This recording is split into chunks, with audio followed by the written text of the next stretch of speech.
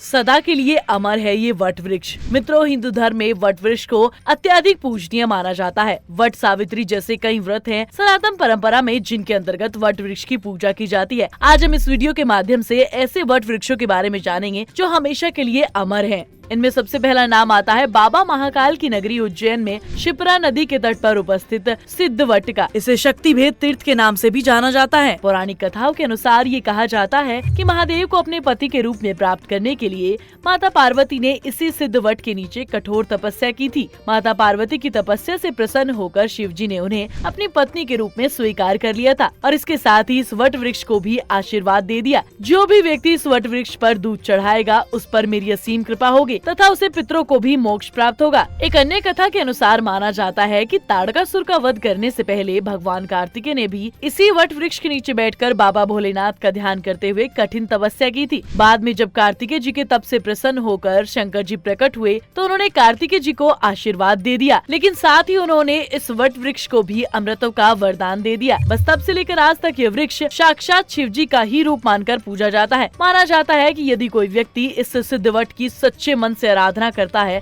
तो वह यहाँ 3 प्रकार की सिद्धियाँ प्राप्त करता है। हिंदू धर्म में 3 प्रकार की सिद्धियाँ मानी गई हैं: संतति, संपत्ति और सदगति। सदगति अर्थात पितरों के लिए अनुष्ठान किया जाता है। संपत्ति अर्थात लक्ष्मी कार्य के लिए इस वृक्ष पर रक्षा सूत्र बांधा जाता है। संतति अर्थात पुत्र की प्राप्ति के लिए उल्टा वास्तविक बनाया जाता है। स्कंद पुराण में इस वृक्ष के बारे में विस्तार से लिखा गया है। ये स्थान पूरे देश में काल सर्प दोष के निवारण के लिए भी प्रसिद्ध है। दूसरा वट वृक्ष है भगवान श्री कृष्ण की नगरी मथुरा में यमुना जी के तट पर अवस्थित वंशी वट। किंवदंतियों के अनुसार द्वापर युग में जब भगवान श्री कृष्ण अपने ग्वालवाल सखाओं के साथ गाय चराने गए थे तब वो इसी वट वृक्ष के नीचे खेला करते थे और विश्राम किया करते थे। ये वृक्ष श्री कृष्ण की कई लीलाओं का साक्षी रहा है। फिर चाहे वो बंसुरी वादन हो, प्रलंबासुर का वध हो या फिर रासलीला, भगवान इसी वट वृक्ष पर बैठकर बांसुरी बजाया करते थे। इसलिए इस वृक्ष का नाम वंशी वट रखा गया। मान्यता है कि यदि इस वट वृक्ष से आज भी कान लगाकर ध्यान से सुना जाए तो आपको ढोल, मृदांग और बंसी की आवाज सुनाई देगी। इस वृक्ष की आयु लगभग 55,000 वर्ष पुरानी मानी जाती है। तीसरा वट वृक्ष है उत्तर प्रदेश के प्रयागराज में संगम तट पर स्थित अक्षय वट। पौराणिक कथाओं के अनुसार सृष्टि कल्याण के लिए परमपिता ब्रह्मा ने यहाँ एक यज्ञ करवाया था जिसमें वो पुरोहित, श्री हरि यजमान और महादेव यज्ञ देवता बने। त्रिदेवों को अंशों से ही इस वट वृक्ष की उत्पत्ति मानी जाती है। एक अन्य कथा के अनुसार जब श्री राम 14 वर्ष का वनवास व्यतीत कर रहे थे तो उन्होंने इस वृक्ष के नीचे विश्राम करने के लिए पहले अक्षय वट की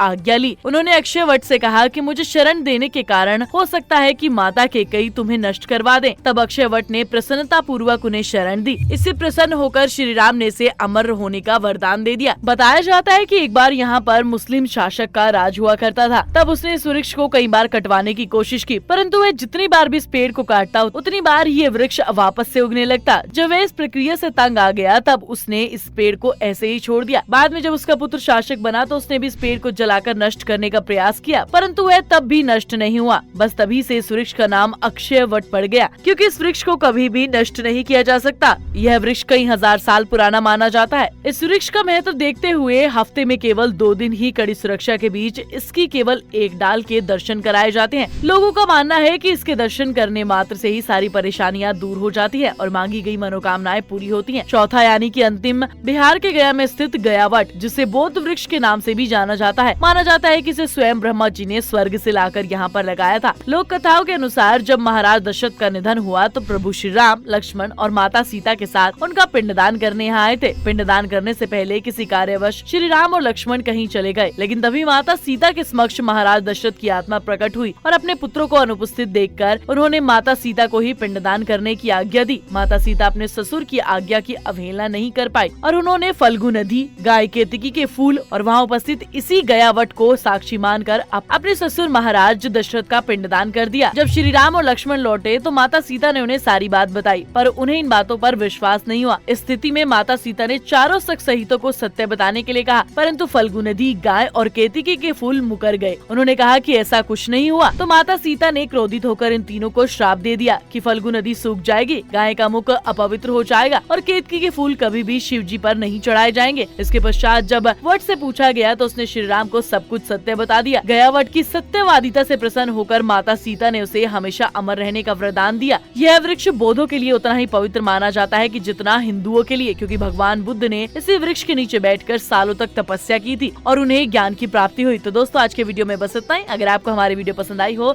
तो लाइक और कमेंट जरूर करें।